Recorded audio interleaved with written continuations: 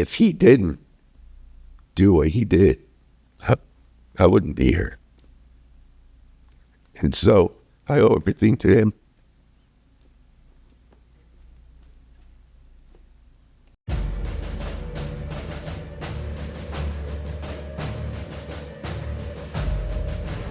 Across generations, these brave men and women of Lea County have answered the call to serve in the United States Armed Forces.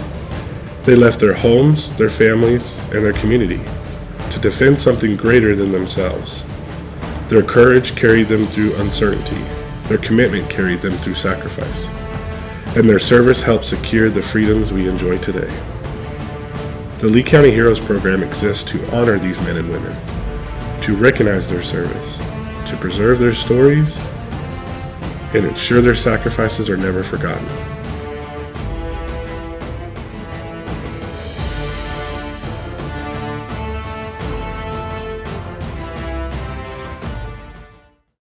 What year were you born? 1967. Okay. When did you grow up? Well, the first part of my childhood, first 13 years, I was actually born in Miami, Florida, and I grew up in South Florida until I was 13. Oh, wow. So lucky. Did you like the town that you were in? Miami? Yeah. Well, actually, we lived south of Miami, a town called Cutler Ridge. We were right outside of a Air Force base at the time. Yeah, I liked it fine. Sun, beach. Yeah, I mean, you couldn't ask a better place to be a kid. Honestly. If you could describe your childhood in a few words, what would they be? A few words? Mobile. My parents liked to move around.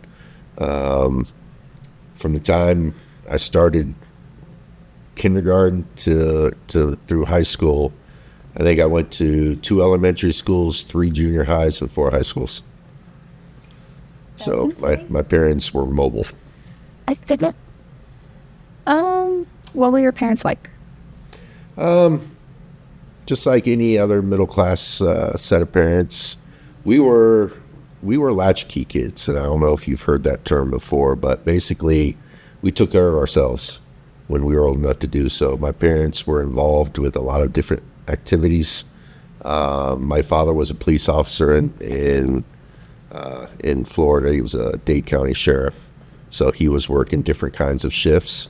My mom was your typical, those days, stay-at-home mom, so she was active in our school programs and things like that, but she also had to go out and help with the household and stuff. So I remember probably being 8 years old and getting home and getting my sisters situated and doing our chores and our things, but we didn't have, the parents weren't at home, so we grew up pretty quick and we learned how to be self-sufficient. That's good. What lessons did they teach you growing up? Respect. If there's one thing I can see a huge difference between the time I was growing up as a kid and what I see now is respect. Every kid wants to find their identity, but we did it respectfully. Yes.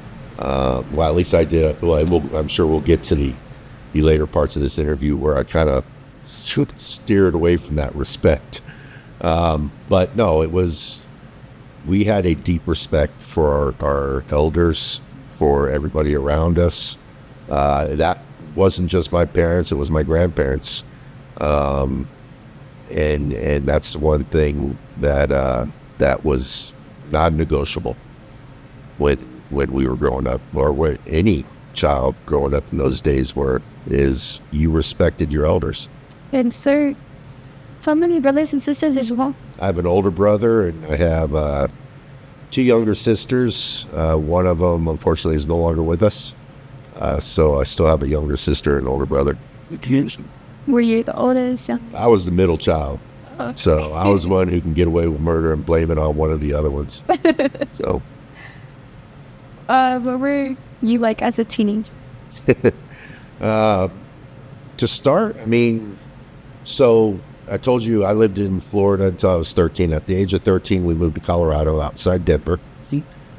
So that, those are those years where you start trying to set yourself, come up with your own identity, who you are. So, from at the beginning, when I was in 7th grade, right around 13, I was still towing the line. I was in, I was on the honor roll, and I was doing what needed to be done and what I was supposed to be doing.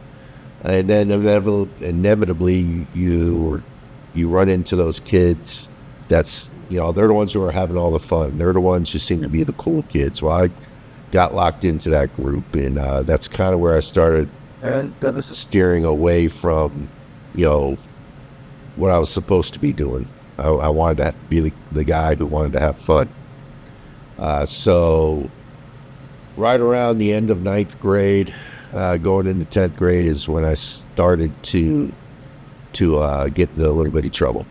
And this also, my parents divorced right around that time, so I didn't have what I like to refer to with my father. It was the hand of God keeping me straight, and who ultimately kind of got me through somehow or another. My teen years was my mother's second husband, but he was more standoff, let's talk about things, and I took full advantage of that.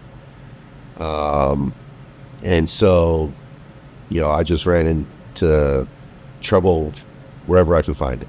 And the thing about it was, though, and this is what I always caution when I talk about things like this.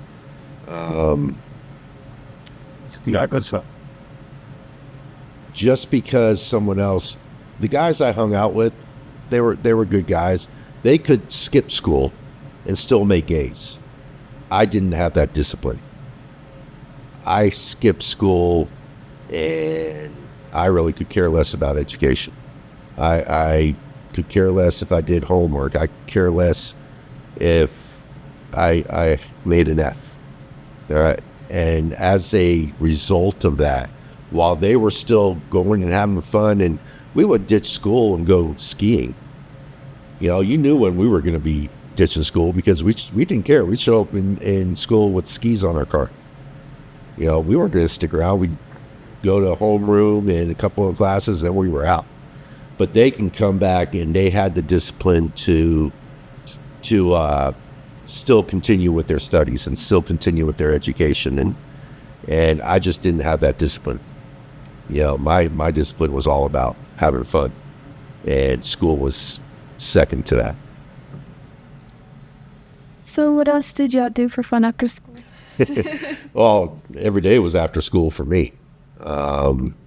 We did your typical things not now typical, back then typical. We hung out at the mall, we went to the arcade, we hung out at McDonald's, and we played street football, and we went roller skating on Friday nights, and just typical things kids would do, in that era.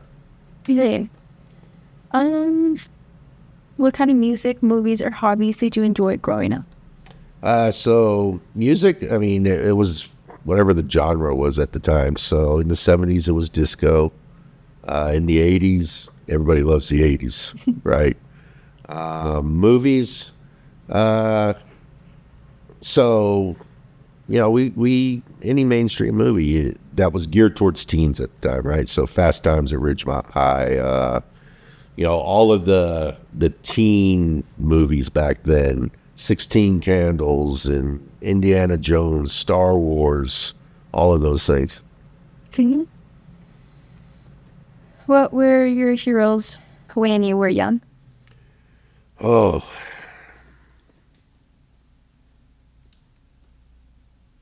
I don't know. I don't know that I would call them heroes. But it really was my grandfather and my uncle.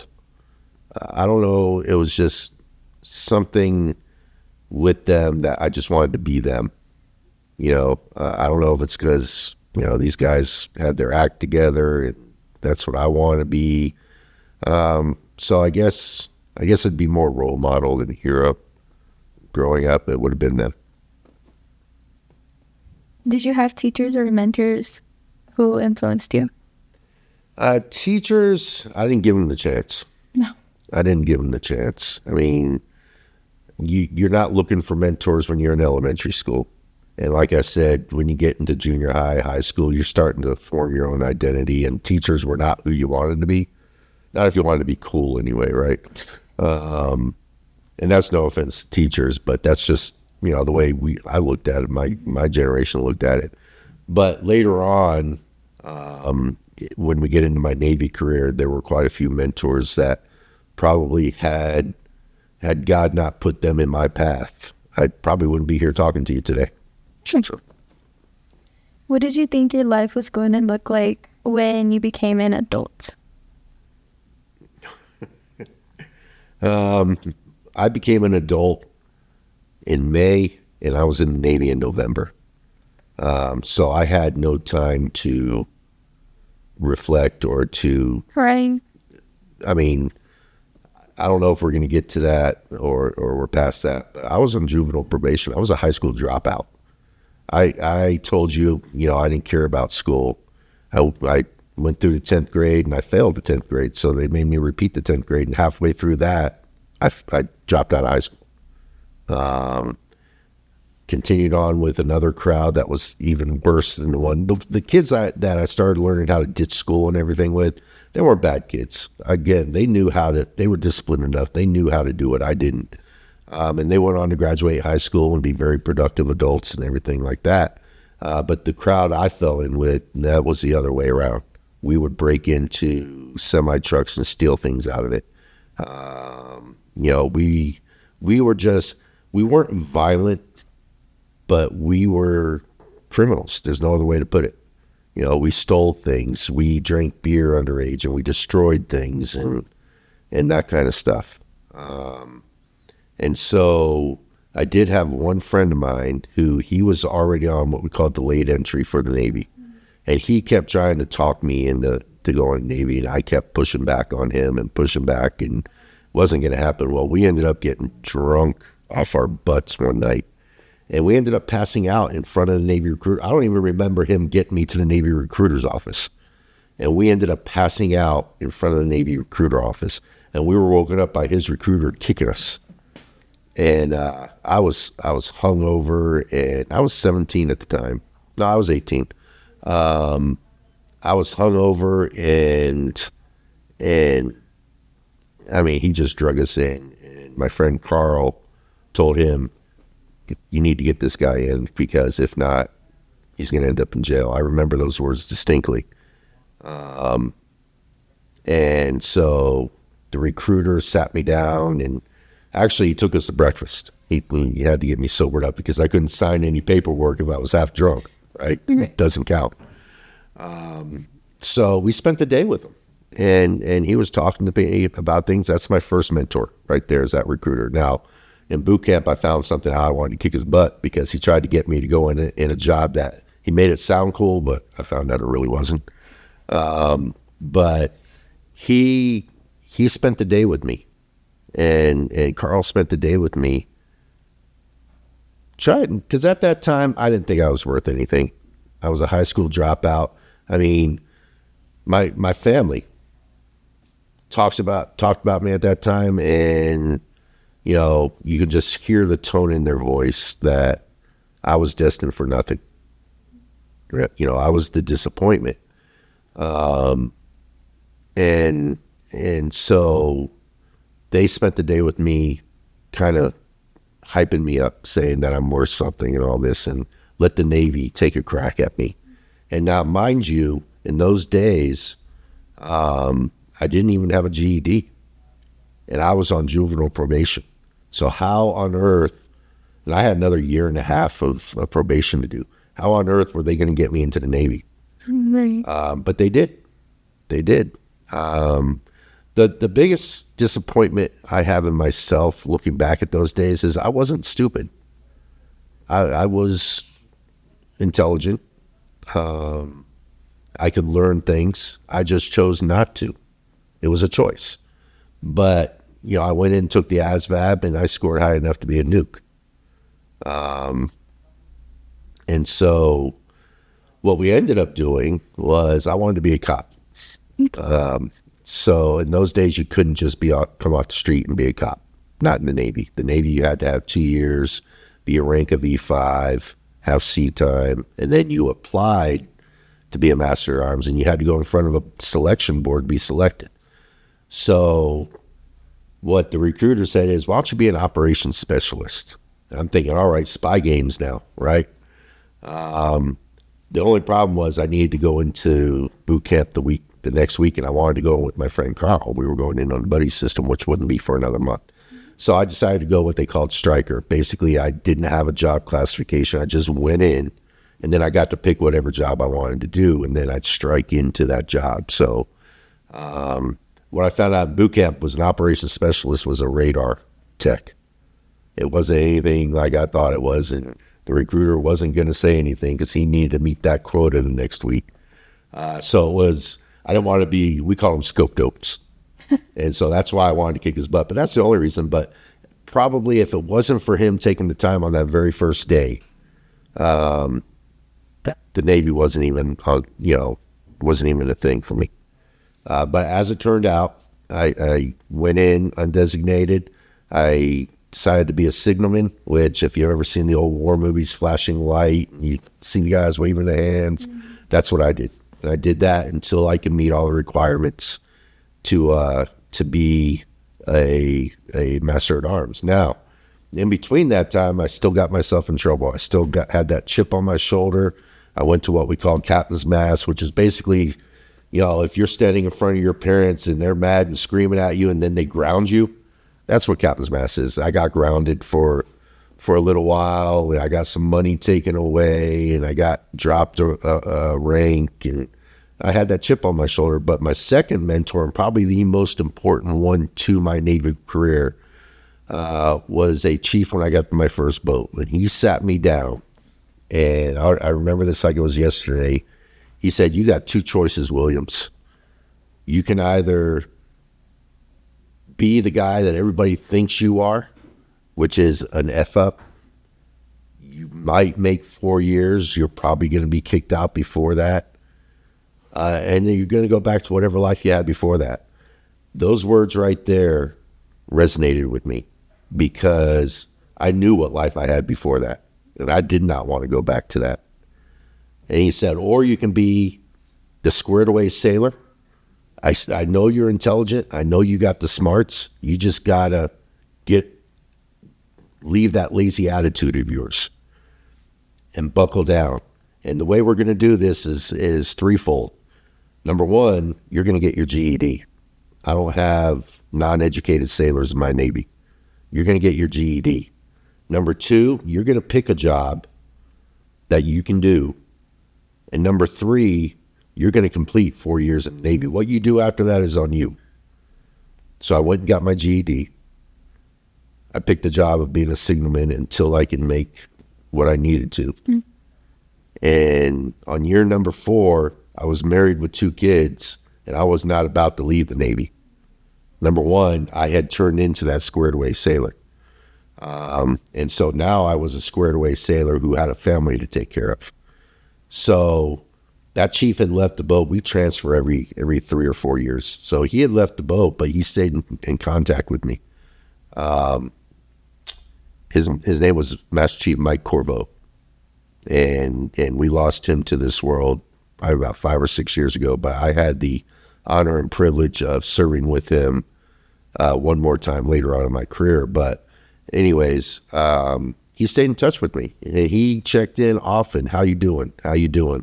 When you going to get your college degree? What are you going to go for? I said, Master Chief, I'm not getting a college degree. You were lucky enough that I got a GED. Now I got a family I had to take care of. I don't have time for college. Right. And I didn't end up getting my college degrees until almost 16 years later. I started with my associates. Then I went on to my bachelor's, and I finished with my master's. But each time I got that degree, I made sure that I contacted the master chief and said, all right, I got the associates. I'm going for the bachelor's. He never lived to see me get my bachelor's, but I dedicated that bachelor's to him. He was a pivotal player in the development of my military life, because if he didn't do what he did, I wouldn't be here. And so I owe everything to him.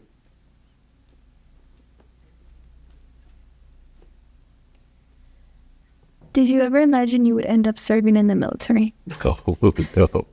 If it wasn't for Carl and that recruiter, no. I had no intentions. I hated authority. The only authority I would have seen is inside the walls of penitentiary. How old were you when you joined? I was 18. I was, I couldn't say fresh out of high school. But no, I was 18. I turned 18 in May of this was, I'm dating myself now. This was 1985. I turned 18 in May of 85. I was in boot camp by November of 85. And if you had told me that by July of 89, I'd be married with 2 kids, I'd have told you where you're going to put it. But that's what happened. So in the span of 4 years, I went from high school dropout on probation to productive sailor, husband and father in 4 years. And if you had told me at that time that that's what my life was going to be, no. What was going on in the world when you enlisted? So we had, thank God, we had President Reagan was our commander in chief. Mm-hmm. We were just at the tail end of the Cold War. And so because of President Reagan and President Bush was able to wrap that up, we had the Cold War when I enlisted. So it was a cat and mouse game with the Russians, with the Soviets. They were the Soviets at the time. So our main mission on my first platform, which was a fast frigate, we were a sub hunter. So we spent a lot of time up in the North Atlantic chasing down Russian submarines and finding them. So yeah, that's what was going on when I went in. What made you decide to join the military? When I got drunk one night, got woken up by a recruiter. That's the God's honest truth. I had no plans. I had no, while everybody around me, kids my age, were planning for college or military life or whatever it was they were planning for, I was planning for my next party. But I'll tell you one thing. In all that time, I never did drugs. Never did drugs. I got drunk a lot, but I never did drugs. So it wasn't even looking for a pot party or anything. I just was looking for the next, hangout. Was there a specific moment when you knew that was the path you wanted? Yeah. When I got to the end of that first enlistment and I was married with 2 kids, and that kind of path had pretty much been chosen for me. But there's 2 kinds of paths we follow in life. We follow that physical path. What career do we have? What job do we want? What do we want a family, right? But there's also that mental path. And that mental path, I think, is more important than your physical path, because that mental path, number 1, it gets you right with God. But number 2, you give yourself priorities and goals. Because if you don't have goals, if you don't have priorities, if you're not right with God, what are you doing? I totally agree. Where are you going? There is no course. When I was in the Navy, that first 4 years, while I was still looking for a job to do, they called us deck apes. We were in deck division, and we were pretty much like the maintainers of the ship. So we'd scrape rust and paint, and we'd drive the ship. So I'd drive the ship. I was what we called a helmsman. But when you're a helmsman driving that ship, you have a compass in front of you. And so when the conning officer or the deck officer says, hey, I need you to steer 040, you have that compass to guide you, right? That's how you have to do your life. You have to have a course that you need to be set on. Because that way, when you're steering your life's course, you know when you're going to get off course, and you know what you need to do to correct that. Like, Okay, now you're not going to do it by yourself. There were, besides Master Chief Corvo, besides that recruiter, there were many people, to include my wife, to include, my grandfather, my grandparents when they were alive, my parents. There are many people who are trying to keep you on course. But if you don't have a course to begin with, it's hard for them to do. It's hard for you to do. There's just nothing to aim for. did someone inspire you to serve? Jack Daniels. No, edit that out, guys. Honestly, going back to getting to that point where I enlisted, I had no hero, or now obviously my grandfather, he inspired me to continue serving. I had a wife and kids, but he inspired me to continue serving because he was in World War II. He was in B-17s. My brother was in the Army. My uncle was in the Air Force. My stepfather was in the Air Force. If you really look back, all the way back to World War II, my family has unbroken service between my grandfather, and his brothers, my uncle, my stepfather, my brother, me. My son is now serving. He's 17 years in the Navy. He's a corpsman. My nephew was in the Air Force. So we've got service unbroken throughout the years. So if there was an inspiration, it'd be that I just came from a family of military men. Okay. What did your parents or family say when you told them? You did what? What did your parents or family? No. That's what I said. That's what they said. When I came home after that day of spending the day with the recruiter and signing up, because I was 18, I didn't need their permission. I said, hey, I joined the Navy. And they were like, you did what? I said, I joined the Navy. Well, when do you leave? Well, next month. So on some level, I'm sure it was a sigh of relief for them. Because the path that I was on was not the path they wanted me on. And so I think it was a sigh of relief for them, but I think they would have liked to have been involved in that decision before I made it. Right. But they understood why. What were you feeling the day you left for the military? What did I do? It was scary. I was scared. I was scared. I'm getting ready to kick life, good, bad, or indifferent, that I knew to the side to start this whole new thing as a whole new person who might be worthwhile. So I was scared. It was scary. I remember waking up that first day that we got to boot camp, and we're still in civilian clothes and long hair. And I woke up ahead of everybody else because I couldn't sleep that night. Next thing I know, I got a trash can lid that's flying by me about this close. And it was our company commander saying, what are you doing out of your rack? You don't get out of your rack until I tell you to. And that's how he chucked that thing at me.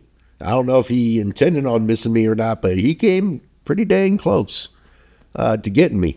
And so that was my first day. And then I really started saying, what did I do?